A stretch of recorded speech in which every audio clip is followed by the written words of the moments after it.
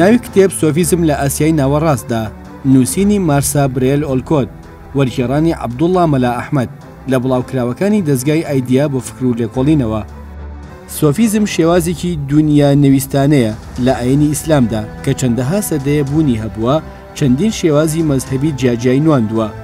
لە زۆربەی وڵاتانی عەرەبی و بەشێک لە وڵاتانی ئەفریقا، ئێران و تورکیادا بە تایبەتی لە ئاسیای ناوەڕاستدا سۆفیزمی کردداری و بەرهەمە پراکتیکەکانی سۆفیگەری بە درێژایی سەردەمی ڕابردوو لە وڵاتان و ناوچە جیاوازەکاندا هەمووی وەک یەک نەبووە. هەرچەندە هەموو ڕێباسێکی سۆفیگەری تایبەتمەندی خۆی هەبووە، تا ڕادەیەکی زۆریش بەپی ڕێنمایی و بەرچاوڕۆشنیەکانی دامەزرێنەرەکەی شێوەی وەرگرتووە. بەڵام لەگەڵ ئەمەشدا بەشێکی زۆر و سەرەکی کردارەکانی سۆفیگەری کە لە ژێرناوی ڕێنمایەکانی دامەزرێنەریدا دەرکەوتووە ناوزەت کراوە، لە بنەمادا لەلایەن دواڕابەرانی هاوچەرخی سۆفیزمەوە دانراون و نەخشەیان وەرگرتووە.